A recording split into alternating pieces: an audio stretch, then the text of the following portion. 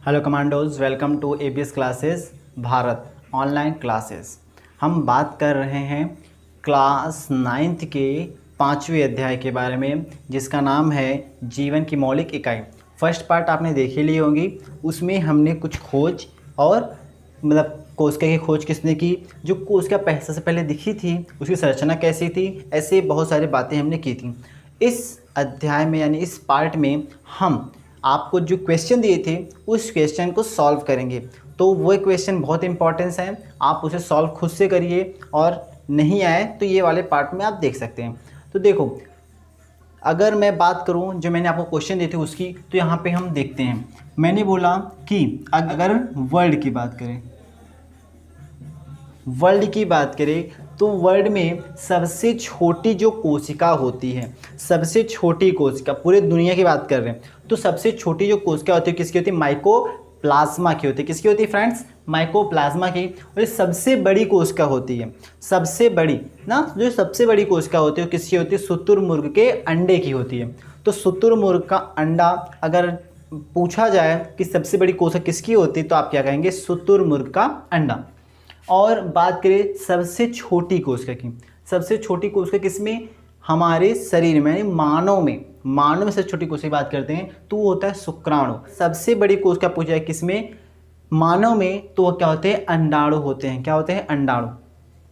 अब बात करें सबसे लंबी कोशिका की, अगर लंबाई की बात करें तो लंबाई में जो सबसे बड़ी कोशिका होती है, लंबाई में वे क्या होती है? न्यूरॉन। और न्यूरॉन दोस्तों दूसरी चीज़ कि यह बचपन में जितनी संख्या होती है उतनी संख्या यह बड़े होने पर होती है, मतलब इस पर कोई विभाजन नहीं होता, इसमें कोई भी विभाजन नहीं होता है, यह विभाजनहीन होती, विभाजन नहीं करती है। और दूसरा, सबसे तेज विभाजन किसमें? सबसे तेज की बात करें तो सबसे तेज विभाजन लीवर करता है। लीवर कौन करता है? लीवर में बहुत तेज विभाजन होता है। जैसे कोई घाव लग गया, फिर ऑपरेशन हुआ, तो ये अपने आप को रिकवर यानी बहुत अच्छी तेज़ी से ये अपने आप को ठीक कर लेता है। तो ये लीवर। ठीक दोस्तों, ये समझ में आ रहा है? ये चीज़ समझ में आई कि नहीं आई? इसके बाद हम बात करेंगे आगे। देखो आगे क्या है, जैसे इसमें क्वेश्चन है, क्वेश्चन में दिया है कोशिका क्या है, कोशिका क्या है, खोज और कैसे की। ये चीज़ आप थोड़ा ध्यान समझो, कोशिका क्या है। ये चीज़ हम क्लियर करते हैं। उसके बाद कोशिका की खोज किसने की और कैसे की, यह पहले पार्ट में हम पढ़ चुके हैं कि कोशिका की खोज किसने की और कैसे की। अगर कैसे की चाहे ये पूछे, या फिर सबसे पहले जब कोशिका को देखा गया संरचना कैसी थी वो भी हमने पढ़ा है, कब किया वो भी पढ़ा है। ठीक, तो आप पहले पार्ट को देखने के बाद ही सेकेंड पार्ट देखें, क्योंकि आप वहाँ देख लेंगे तो आपको एकदम सरल हो जाएगा देखना। तो आगे चलिए, देखो कोशिका क्या है। कोशिका पूछे कोशिका क्या है, तो मैंने बताया कोशिका फर्स्ट पार्ट में से कोशिका। मैं खड़ा हूँ तो हम जो पूरे एक बने हैं, मेरी जो पूरी बॉडी है वह बॉडी एक एक कोशिका से बनी है। मतलब हमारे अंदर अरबों, कई अरबों लाखों कोशिकाएँ मिडअप की है, हमारे शरीर को बनाई हैं। लेकिन इसी पर हमने एक कोश की और बहुकोश की देखा। एक कोश की क्या होते हैं? एक कोश की जैसे दोस्तों एक कोश कैसे बने हो, बहुकोश की बहुत सारे कोश कैसे बने हो, एक कोश की एक कोश कैसे, और बहुकोश की बहुत सारे कोशिकाओं से। सिंप्लीफाई हम क्या हो गए तब अगर मैंने बोला कि हम क्या है? बहुकोश की, एक कोश की, वेरी गुड, बहुकोश की। तो देखो कोशिका क्या है? जीवन की एक भौतिक इकाई है। भौतिक यानी जो हमें संरचना मिल रही है, जो संरचना मिली है पूरी, यह कोशिका की देन है। और जो क्रिया हो रही है हमारे शरीर के अंदर, यह भी कोशिका की देन है। तो हम कह सकते हैं कोशिका जीवन की भौतिक, संरचनात्मक और क्रियात्मक इकाई है। बोलो, आप भी बोलो। यह जीवन की भौतिक, संरचनात्मक और क्रियात्मक इकाई है। कोशिका क्या समझ में आया? इसके बाद कोशिका की जो खोज किसने की, तो कोशिका की खोज सर्वप्रथम रॉबर्ट हुक ने 1665 ईस्वी सन में किया। कैसे की? तो अपनी बनाई स्वनिर्मित सूक्ष्मदर्शी से की। इसकी संरचना कैसी थी? तो मधुमक्खी के छत्ते जैसी थी। ये चीज़ समझ आया? और किसमें की थी? यह कार्क के पतली काट कार की पतली कार क्या होता है, ये जो पेड़ों से छाल निकलते हैं उस छाल के छोटे टुकड़े से, तो उस जो मतलब सूख गई थी, निर्जीव हो चुकी थी, उसमें किया था। तो रॉबर्ट हुक ने निर्जीव कोशिका में खोज की थी। आगे चलिए देखो आगे। इसके बाद कोशिका को जीवन की संरचनात्मक और क्रियात्मक इकाई क्यों कहते हैं, मतलब क्वेश्चन दिया है भाई क्यों कहते हैं संरचनात्मक और क्रियात्मक इकाई। मान लो तो आप क्या कहोगे, आप कहोगे जो हमें भौतिक एक संरचना मिल रही है किसकी देन है, कोशिका की देन है, और जो इसमें क्रियाएं हो रही हैं वह किसकी देन है, कोशिका की देन है। सीधी बात है। तो कोशिका जीवन की भौतिक तथा संरचनात्मक और क्रियात्मक इकाई है ना, इकाई है, इसीलिए हम कोशिका को क्या कहते हैं, संरचनात्मक और क्रियात्मक इकाई कहते हैं। ठीक है, तो मतलब क्योंकि पूरा बॉडी वही बना रही है हमारे, कोई चाहे जो सिस्टम हो चाहे जो तंत्र हो, पूरे एक बोन हड्डी से लेके हर एक बाल के टुकड़े तक पूरा वही मेडअप कर रही है। तो संरचनात्मक संरचना ही बना रही है और क्रियात्मक अंदर की जो क्रियाएं मैं बोल रहा हूँ, हंस रहा हूँ, जो आपसे बातें कर रहे हैं। इसके बाद हम बात करेंगे पादप कोशिका की। पादप कोशिका क्या है, देख लो। पादप कोशिका जब आप लोग देखोगे, किताब भी अपनी खोलोगे तो किताब में आपको ये डायग्राम देखने को मिलेगा, चित्र देखने को मिलेगी। ये क्या है, प्याज की झिल्ली का चित्र है। प्याज की झिल्ली से आप प्याज जब आप कट करते हो ना, प्याज जैसे आप कट किए तो प्याज की एक ऊपरी वजह हटाओगे तो आपको एक पतली सी पन्नी नुमा एक संरचना दिखाई देती है ना, उसे आप लोग हटा देते हो। तो उसको जब हम माइक्रोस्कोप में सूक्ष्मदर्शी से देखते हैं तो उसकी संरचना कुछ ऐसी दिखाई देती है, लेकिन उससे पहले हम उसको बहुत क्रियाकलाप के द्वारा साफ करना, उसे फिर कई विलयन में डुबोना, तब जाके हमें संरचना मिलती है, वरना ये क्या होती है, पारदर्शी होती है दोस्तों, में दिखाई नहीं देती है। तो इसको हम सूक्ष्म से देखते हैं। आपको देख रहे हैं डब्बे डब्बे संरचना दिख रही है ना, पूरी कोष्ठक कोष्ठक नुमा, यह कोशिकाएं हैं। क्या है, कोशिकाएं। यह कोशिका, यह क्या है, एक कोशिका, मतलब इसमें कई कोशिकाएं, तो छोटी संरचना एकदम माइन्यूट, अगर हम इसे आंखों से दिखाई नहीं देगी तो ये माइन्यूट है, तो इसे हम सूक्ष्मदर्शी से देखते हैं। तो ये क्या है, कोशिका। ये क्या है, कोशिका। कोशिका के बीच में जो ब्लैक स्पॉट है, काला धब्बा दिख रहा है, क्या छोटा छोटा केंद्रक है। क्या है, केंद्रक। और केंद्रक के ही चारों तरफ क्या भरे होते हैं दोस्तों,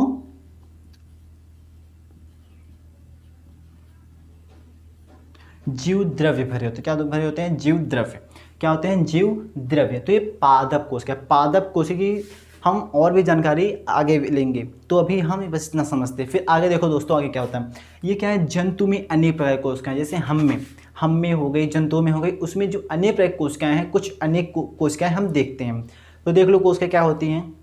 पहला कोशिका रक्त कोशिका, जो हमारे अंदर रक्त का प्रवाह हो रहा है, वह एक सिर्फ मतलब एक द्रव्य नहीं है, उसमें कोशिकाएं होती हैं।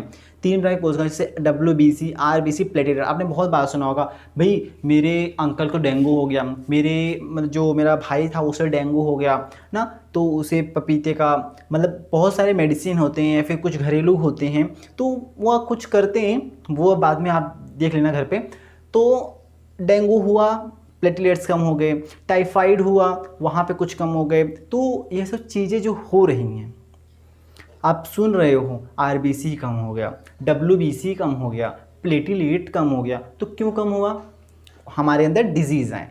तो यह 3 प्रकार की कोशिकाएं होती है। कोशिकाएं रक्त कोशिकाएं, कुछ अस्थि कोशिकाएं जो हमारे अस्थियों का निर्माण करती हैं, वसा कोशिकाएं जो वसा को निर्माण करती हैं, पेशी कोशिकाएं जो हमारे पेशियों को बना रही हैं ना, तंत्रिका कोशिकाएं जो हमारे हर एक, जो मैं सेंस कर रहा हूँ भाई बहुत गर्मी है ना, बहुत ठंडी है ना, मुझे कोई मारने आ रहा है, ये सब जो चीज़ें हम फील कर रहे हैं वो तंत्रिका कोशिका द्वारा फील करते हैं। शुक्राणु और अंडाणु, ये क्या है, शुक्राणु और अंडाणु, ये जनन में भाग लेते हैं।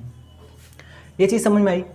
जो कोशिकाएं स्थिर में, जो कोशिकाएं दिख भी रही होंगी, ये जो कोशिकाएं हैं सब देख लो, आपको संरचना इसकी अलग अलग दिख रही है, दिख रही नहीं दिख रही है, सारे संरचना अलग अलग है। रक्त कोशिका अलग है, अस्थि कोशिका अलग है, वसा कोशिका अलग है ना, तंत्रिका कोशिका अलग है, शुक्राणु अंडाणु सारे मतलब कोशिका अलग है। और शुक्राणु क्या दोस्तों, शुक्राणु मानव में सबसे छोटी कोशिका और अंडाणु मानव में सबसे बड़ी कोशिका। याद रखो, भूलना नहीं, हमें कुछ भूलोगे तो तकलीफ हो जाएगी। आप भूलो नहीं, थोड़ा थोड़ा याद रखोगे ना, बहुत ज़्यादा याद हो जाएगा। अगर हम एवरीडे, आप लोग सुने होंगे, बूंद बूंद से क्या बनता है, सागर भर जाता है। तो बूंद बूंद से आप कुछ भी कर सकते हो, मतलब छोटे छोटे चीज़ों से आप कुछ भी कर सकते हो। आप एक दिन थोड़ा सा डाल रहे हो, 2 दिन 3 दिन 4 दिन, अगर आप मेहनत या कई महीनों की या कई साल हो गए, तो ये आपको आगे चल के काफ़ी अच्छा रिजल्ट देते हैं। ये नहीं कि ऐसे ही कुछ, ठीक। तो मेहनत करते रहो प्रॉपरली, हम भी मेहनत कर रहे हैं, आप भी मेहनत करो। तो साथ में चलेंगे तो समय का पता भी नहीं चलेगा और हम स्ट्रांग हो जाएंगे, कुछ भी कर सकते हैं। तो कुछ करने के लिए, कुछ पाने के लिए कुछ खोना ज़रूरी है। हम खो रहे हैं, देख लो मुझे बहुत गर्मी लग रही है लेकिन मैं आपके लिए ही कर रहा हूँ। तो आगे चलते हैं, आगे देख लो। अब बात करें कोशिका किससे बनी होती है। किस क्या होता है, जो कोशिका बनती है, मतलब हमें तो कोशिका नहीं बनाया लेकिन कोशिका भी किसी ने बनाया। मतलब सबसे छोटी, अगर कोशिका की बात करें, सबसे छोटी जो कोशिका बनाने के लिए जो इकाई होती है वह कहीं ना कहीं छोटे छोटे अणु होते हैं, छोटे छोटे अणु होते हैं। तो सर पहले क्यों नहीं आपने उड़का, क्योंकि यहाँ पर हम बात कर रहे हैं जीवन की, जीवन की बात करें, हम जीवन दे रहा है। तो कोशिका, वह कोशिका एक अपने में ही जीवन है। एक कोशिका आपने बताया ना, अमीबा है, यूग्लिना है, पैरामीशियम है, सब ये कोशिकी हैं। तो यहाँ पर निर्जीव या अणु सब निर्जीव में आते हैं, तो निर्जीव वहाँ पर चला जाएगा। यह अकेले कुछ नहीं, यह सभी चीज़ें मेरे कोशिका बनाया। कोशिका आपस में ही एक पूरी जीवन है, एक पूरी लाइफ है। समझ में आया, क्योंकि उसके वहाँ पे हमने नहीं बोला कि अणु होते हैं सबसे छोटी इकाई, इसलिए, ठीक है ना। क्योंकि यहाँ निर्जीव है, निर्जीव अलग है, सजीव अलग है ना, आप बता ही सकते हो। निर्जीव सजीव तो कक्षा 7 की चीज़ें, कक्षा 6 की चीज़ें हैं, तो आप समझ रहे हो निर्जीव क्या है, सजीव क्या है। तो कोशिका किससे बनी होती है, तो कोशिका दोस्तों सिर्फ 3 घटकों से बनी होती है। किससे, 3 घंटों से। नॉर्मली आप याद करो तुरंत, मेरे बोलते बोलते याद करो, मेरे साथ बोलो। कोशिका 3 घटकों से बनी होती है। पहला कोशिका झिल्ली, कोशिका झिल्ली को हम प्लाज्मा झिल्ली या प्लाज्मा झिल्ली कहते हैं। दूसरा जीव द्रव और तीसरा क्या होता है, केंद्रक। यह 3 चीज़ें मिलकर क्या क्या, कोशिका झिल्ली या प्लाज्मा झिल्ली, केंद्रक और कोशिका द्रव या जीव द्रव। जो जीव द्रव होता है वह कोशिका द्रव और केंद्रिका द्रव से मिलकर बना होता है। आगे थोड़ा इसको हम और अच्छे से डिस्कस करेंगे और अच्छे से इसकी डिटेल को, अच्छे से जानकारी पूरी लेंगे। तो इतना समझ में आया आपको, इतना क्लियर हुआ जो मैं बता रहा हूँ, इतना क्लियर होगा नहीं क्लियर हुआ। अगर कहीं भी दिक्कत हो तो आप कमेंट बॉक्स में कमेंट करिए ना, कुछ भी आपको दिक्कत हो रही है तो कमेंट बॉक्स में कमेंट करिए और आप इसका स्क्रीनशॉट लीजिए। आगे फिर हम इसको बताते हैं ना, फिर हम बताएंगे कोशिका झिल्ली क्या है, केंद्रक क्या है और कोशिका द्रव क्या है। तो स्क्रीनशॉट लीजिए। तो हम बात करेंगे आगे। देखो मैंने बोला था कोशिका किससे बनी होती है, तो आपने या फिर हमने बोला कि कोशिका निम्नलिखित 3 घटकों से मिलकर बनी होती है। पहला क्या होता है, कोशिका झिल्ली, जिसे हम क्या कहते हैं, प्लाज्मा झिल्ली, और क्या कहते हैं, प्लाज्मा झिल्ली। दूसरा जीव द्रव और तीसरा केंद्रक। तो पहले की बात करेंगे कि कोशिका झिल्ली यानी प्लाज्मा झिल्ली या फिर प्लाज्मा झिल्ली क्या होती है ना। तो देखो डिस्कस करते हैं। जो प्लाज्मा झिल्ली होती है उसका 2 नाम और होता है, कोशिका झिल्ली और प्लाज्मा झिल्ली। जैसे आपका नाम होता है, स्कूल में कुछ और नाम होता है, बहुत बढ़िया नाम, जैसे चिंटू, मिंटू, रिंटू, ये तो घर का नाम हो गया। स्कूल का नाम आपका ऐसे अवनीश हो गया, राहुल हो गया, जो अच्छे अच्छे नाम। और दोस्तों के तो कुछ अपने नाम होते हैं या फिर जो हम उन्हें बुलाते हैं और वो हमें बुलाते हैं। तो ये सब नाम है। तो इसके भी काफ़ी 3 नाम है। एक कोशिका झिल्ली, उसी को हम प्लाज्मा झिल्ली भी कहते हैं, और उसी का तीसरा नाम है जो प्लाज्मा झिल्ली। तो डिस्कस करते हैं आगे। यह जो प्लाज्मा झिल्ली होती है, यह एक कोशिका को दूसरे कोशिका से अलग करती है। यह क्या काम करेगी, एक कोशिका को दूसरे कोशिका से अलग करती, यानी कहीं न कहीं हमारे शरीर को जो वातावरण होता है और जो बाहरी वातावरण होता है, वो वातावरण को भी अलग रखने का काम करती है। जैसे मैं बोल रहा हूँ, जैसे होता है दोस्तों, जो एक क्वेश्चन और सॉल्व कर लो। मानव के शरीर का जो ताप होता है वो कितना होता है दोस्तों, 37 डिग्री सेल्सियस होता है, फिर सेंटीग्रेड होता है। यह 37 डिग्री सेल्सियस, जो 37 डिग्री सेल्सियस होता है, यह जो मानव है वो बनाए रखता है ना। जैसे हमें गर्मी लगी, हम क्या किए, पंखा आना शुरू कर दिया, अपने घर का घरेलू हो गया, फिर एसी चालू कर दिए, कूलर चालू कर दिए। क्यों, क्योंकि हमें अपने आप को 37 डिग्री बनाए रखना है। ठंडी आई, 37 से ऊपर जा रहा है तो हमने रजाई ओढ़ लिया, चादर ओढ़ लिए, कोट पहन लिए, बाहर निकल रहे हैं, दस्ताने, मोजे, ये सब काफ़ी पहन लेते हैं। क्यों नहीं आप ऐसे चलते हैं, क्योंकि हमें ठंडी लग जाएगी या फिर हमें गर्मी लग रही है, तो हम अपने आप को 37 डिग्री सेल्सियस बनाए रखते हैं। ये मेन चीज़ होती है। दूसरा, यह जंतु और पादप दोनों में पाए जाएंगे। जो कोशिका झिल्ली होती है यह जंतु में पाई जाती है और पादप में पाई जाती है, दोनों में क्या होती है, कॉमन होती है, दोनों में होती है। दूसरा, यह लिपिड और प्रोटीन की बनी होती है। किसकी बनी होती है मित्रों, लिपिड और प्रोटीन। अगर हम पूछा जाए कोशिका झिल्ली किससे बनी होती है, एक या 2 नंबर का क्वेश्चन पुटअप होता है, कोशिका झिल्ली किससे बनी होती है, तो हम क्या कहेंगे, लिपिड और प्रोटीन की बनी होती है। अगला, यह वर्णात्मक पारगम झिल्ली होती है। वर्णात्मक पारगम झिल्ली मतलब इसमें छोटे छोटे छिद्र पाए जाते हैं। यह वर्णात्मक पारगम झिल्ली मतलब एक झिल्ली की तरह कार्य करती है। यह कहीं न कहीं जो कुछ हमारे शरीर में आवश्यक पदार्थ हैं जो हमें चाहिए उसे बाहर से अंदर आने देती है, जो हमारे लिए अनावश्यक पदार्थ हैं उसे अंदर से बाहर जाने देती है। इसीलिए हम इसे वर्णात्मक पारगम झिल्ली कहते हैं। और दोस्तों ये बहुत लचीली, यह क्या होती है, जो कोशिका झिल्ली होती है बहुत लचीली, जैसे हम देख रहे हो स्किन को, ठीक है, सॉफ्ट है एकदम, देख लो लचीली है। क्यों लचीली है, क्योंकि यहाँ कोशिका झिल्ली है तो कोशिका झिल्ली लचीली होती है। ये कुछ पॉइंट है। पादप और जंतु दोनों में पाई जाती है, लिपिड व प्रोटीन की बनी होती है और लचीली होती है ना, कहीं न कहीं एक कोशिका को दूसरी कोशिका से अलग करती है।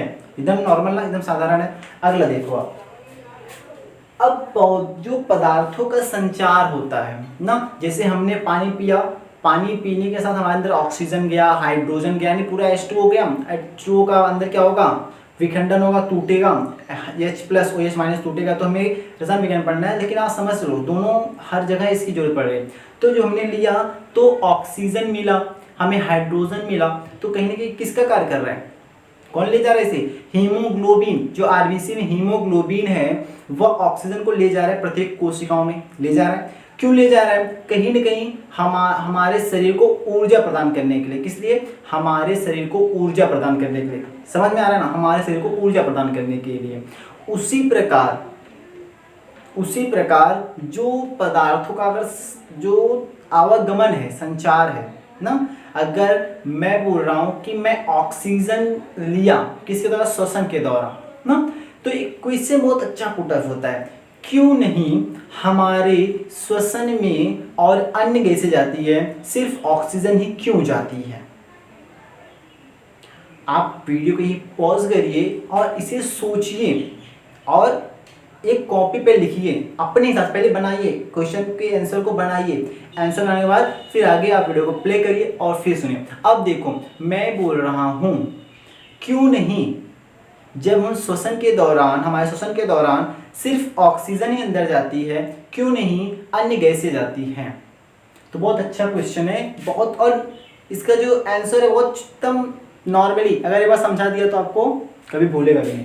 देखो मैं पहले आप समझ लो क्यों ऐसा होता है। तो यहाँ पर दोस्तों 2 प्रक्रियाएं चलती हैं, एक विसरण प्रक्रिया चलती है और एक परासरण प्रक्रिया चलती है। इन दोनों प्रक्रिया के अनुसार ही पदार्थ और द्रव का जो आवागमन होता है, चाहे शरीर के बाहर हो चाहे शरीर के अंदर हो, इन्हीं दोनों प्रक्रियाओं के अंतर्गत होता है।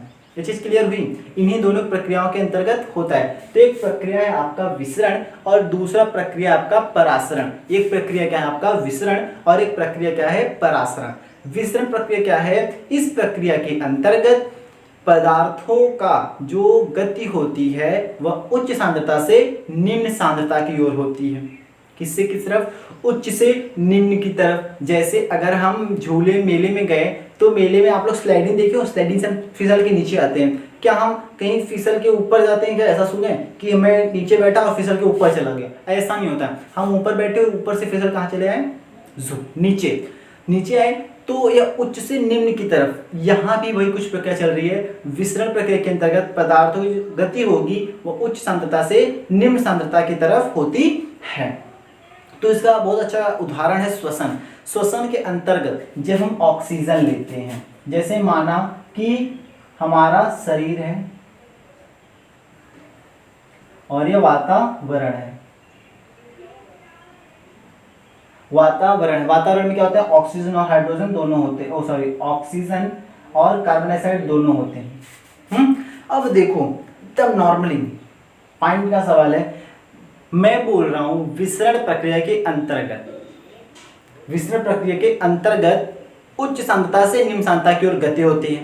कहीं ना कहीं सांद्रता ऑक्सीजन की क्या होगी, बाहर उच्च होगी और कार्बन डाइऑक्साइड के अंदर क्या होगी, निम्न होगी। समझ में आ रहा है नहीं समझ में आ रहा है? देखो जो ऑक्सीजन और कार्बन डाइऑक्साइड का आना जाना है, यानी वो शरीर के जब अंदर आएगा और शरीर से जब बाहर जाएगा, मैं बोला उच्च और निम्न, समझ में आ रहा है? उच्च और निम्न। तो जो ऑक्सीजन की सांद्रता है वह बाहर क्या होती है? उच्च होती है। बाहर क्या होती है? उच्च, और अंदर क्या होती है? निम्न। और कार्बन डाइऑक्साइड जो सांद्रता होती है बाहर क्या होती है? निम्न, और अंदर क्या होती है? उच्च। ये एक चीज क्लियर हो गई। तो यहाँ से आपको सीधा समझ में आ रहा है, अगर कार्बन डाइऑक्साइड की सांद्रता बाहर निम्न है और अंदर उच्च है तो क्या होगा? जब मैंने ऑक्सीजन लिया, ऑक्सीजन लेने के बाद कार्बन डाइऑक्साइड कन्वर्ट होती है। कैसे, क्यों, कब होती है, ये चीज आगे पढ़ेंगे। कन्वर्ट हुआ तो अंदर क्या हुआ? उच्च हुआ, बाहर क्या हुआ? निम्न। तो निकल कहाँ चली जाएगी? बाहर। और ऑक्सीजन सांद्रता बाहर उच्च, अंदर निम्न, तो कहाँ चली जाएगी? Very good. चीज क्लियर हो गई कि नहीं क्लियर हो गई? क्यों अन्य गैसें नहीं जाती? उनका सबसे अलग होता है, उनका बाहर क्या होता है? बहुत ज्यादा निम्न होता है, तो कम होता है, इसलिए वो अंदर आती ही नहीं।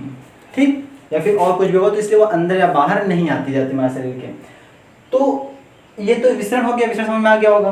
परासरण, परासरण क्या होता है? परासरण प्रक्रिया के अंतर्गत द्रव की जो गति होती है वह उच्च से निम्न की ओर होती है। विसरण में पदार्थ की होगी यानी गैसों की होगी, और परासरण में द्रव की होगी। जो द्रव की सांद्रता होती है वो कहाँ होती है? जड़ों में होती है, पादपों की जड़ों में होती है। जब जड़ क्या करते हैं? जल का अवशोषण करते हैं। जड़ क्या करेंगे? जल का अवशोषण करेंगे, तब वहां पे परासरण प्रक्रिया वर्क करती है। सेम यही प्रक्रिया वहां पे चलती है। H2 की सांद्रता क्या होती है? बाहर उच्च होती है, अंदर क्या होती है? निम्न होती है, इसलिए H2O बाहर से अंदर आ जाता है। समझ में आया? बाहर से कहाँ चला आया? अंदर चला आया। तो यहाँ विसरण और परासरण कंप्लीट हुआ कि नहीं कंप्लीट हुआ? अगर दिक्कत है तो आप बताओ, उससे मैं और अच्छे से क्या करूंगा? बढ़िया से समझा दूंगा आपको अलग से। तो ये चीज क्लियर हो गई। अब इससे आप स्क्रीनशॉट ले लो। और इसके बाद देखो दोस्तों, मैं जो बोला संचार, जो आवागमन हो रहा है, कब शरीर से बाहर जाएगा, कब शरीर के अंदर। ऐसे मैं कोई कोशिका ले लूँ ना, कोई कोशिका ले लूँ, चाहे पादप कोशिका चाहे जंतु कोशिका। जैसे हम चना लेते हैं, चना सूखे होते हैं, मैंने उसे क्या एक बाउल एक कटोरी में भिगो दिया जल में डाल के, तो क्या सुबह तक वो फूल जाती है। ऐसा क्यों हुआ? कोई चीज मैंने रखी वह सिकुड़ गई, ऐसा क्यों हुआ? कोई चीज रखी ना उसमें सिकुड़न हुआ ना वह फैली, ऐसा क्यों हुआ? और इस वीडियो को हम क्या कहेंगे, इसे हम आगे पढ़ते हैं। इसे आप स्क्रीनशॉट ले लीजिए या फिर कॉपी में नोट डाउन कर लीजिए पॉज करके वीडियो को। ओके,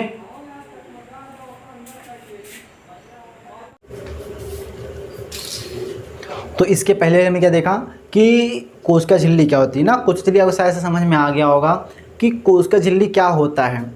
कोशिका झिल्ली मैंने बताया कि यह जो एक कोशिका को दूसरे कोशिका से अलग करती है। क्लियर हो गई बात?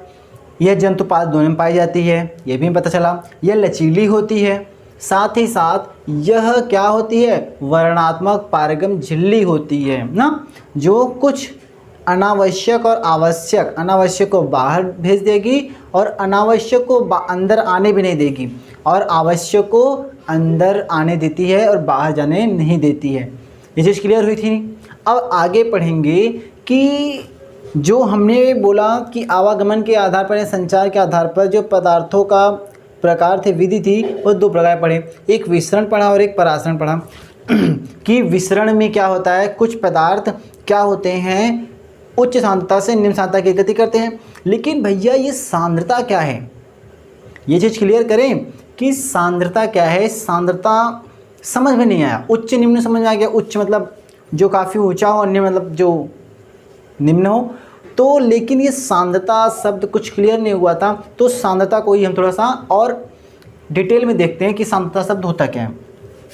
तो जैसे सांद्रता के अनुसार विलयन के प्रकार हैं, कि जो सांद्रता के आधार पर, सांद्रता के अनुसार विलयन के 3 प्रकार होते हैं। पहला क्या होता है? अल्प परासरणदाबी विलयन, दूसरा समपरासरणदाबी विलयन, और तीसरा अति परासरणदाबी विलयन। अब देखेंगे कि अल्प परासरणदाबी विलयन में होता क्या है। देखो, अल्प परासरणदाबी विलयन में जब यदि तन विलयन वाले माध्यम अर्थात जिसमें नमक या तो नमक हो या तो शक्कर, नमक और शक्कर की मात्रा कम हो और जल की जो मात्रा हो वह ज़्यादा हो, नमक और शक्कर की मात्रा कम हो और जल की मात्रा ज़्यादा हो, तब क्या होता है, ज़्यादा हो में रखा गया हो तो, जब उसमें हम रखते हैं तो परासरण विधि द्वारा जल कोशिका की, जो परासरण विधि होती है उसके द्वारा जल कोशिका के अंदर चला आता है। कहाँ चला जाएगा, जल जो होगा वह कोशिका के अंदर, और कोशिका क्या हो जाएगी, सीधी सी बात है, अगर हम ही हैं, अगर खींच रहे तो फूल जाते हैं, हवा बहुत ज़्यादा खींचे तो फूल गए, तो उसी प्रकार अगर जल कहाँ गया, कोशिका के अंदर गया तो क्या हो जाएगी, फूल जाती है ना, तो कोशिका फूल जाती है। तो ऐसे विलयन को हम क्या कहेंगे, अल्प परासरण दाबी। अल्प मतलब कम, विलयन में नमक और शक्कर की मात्रा क्या है, कम है, और जल की मात्रा क्या है, ज़्यादा है, तो इसीलिए हम क्या कहेंगे, इसे ऐसे विलयन को अल्प परासरण दाबी विलयन कहते हैं। अब अगली बात आती है सम। देखो यहाँ पर ये चीज़ भी समझ लो, जैसे ये कोई कोशिका है, यह कोशिका थी, इस कोशिका से इस कोशिका की साइज समझ सिकुड़ी हुई थी, जब मैंने इसे विलयन के अंदर रखा तो यह फूल कर एक गुब्बारे पूरी तरह से फूल गई, गोली हो गई। अब देखो दूसरा समपरासारी विलयन। जो समपरासारी विलयन होता है, क्या होता है, यदि कोशिका को ऐसे माध्यम विलयन, माध्यम मतलब ऐसे मीडियम में रखा जाए जिसमें बाह्य जल की सांद्रता कोशिका में स्थित जल के ठीक बराबर हो। जैसे उसकी सांद्रता, जैसे मैंने कोई भी पॉइंट मान लिया जिसे 1.5 है किसकी, कोशिका की, तो जो उसके बाहर मैंने जल बनाया उसकी सांद्रता क्या होगी, 1.5 होनी चाहिए, 1.5 होनी चाहिए। तो कोशिका झिल्ली से जल में कोई भी शुद्ध गति नहीं होगी, कोई भी शुद्ध गति नहीं होगी। ऐसे विलयन को समपरासारी विलयन कहते हैं। क्लियर हो रहा है। अगला क्या आता है, अति परासरण दाबी विलयन। इसमें हुआ, पहले वाले में क्या हुआ था, जल कोशिका के अंदर गया, दूसरे में क्या हुआ, कोशिका में जितना बाहर गया उतना अंदर चला आया, तो एग्जैक्टली वही हुआ, मतलब उसमें कोई भी गति नहीं होगी, ना वो सिकुड़ेगा और ना ही वह फूलेगा। देखो जब तीसरा देखेंगे कि तीसरा अति परासरण दाबी विलयन। अति परासरण दाबी विलयन में क्या होगा, यदि कोशिका के बाहर वाला विलयन अंदर के घोल से अधिक, जैसे मैंने अंदर का, जैसे मैंने विलयन लिया उसमें कोशिका डाली, तो कोशिका के अंदर का जो विलयन है उसमें भी कुछ H2O जल की मात्रा होगी, तो बाहर वाला विलयन जिसमें भिगाए हैं हम वह अधिक सांद्र होगा ना। तो जल परासरण विधान, इस विधि में इसमें जल परासरण विधान क्या होगा, कोशिका से बाहर आ जाता है। ऐसे विलयन को अति परासरण दाबी विलयन कहते हैं। तो शायद से आपको अल्प परासरण दाबी विलयन, समपरासारी दाबी विलयन और अति परासरण दाबी विलयन समझ में आ गया होगा। अगर आपको कहीं भी समस्या है या फिर कोई भी प्रॉब्लम है तो आप कमेंट बॉक्स में कमेंट करिए, आपको इससे बेहतर तरीके से समझाएंगे अगर नहीं समझ में आया तो।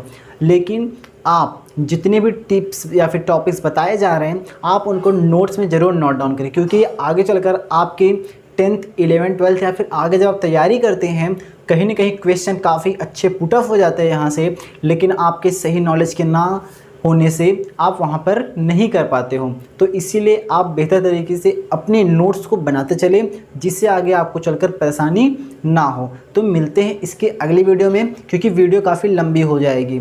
तो आगे वीडियो में हम केंद्रक और जीव द्रव्य को समझाएंगे। तो मिलते हैं अगले वीडियो में।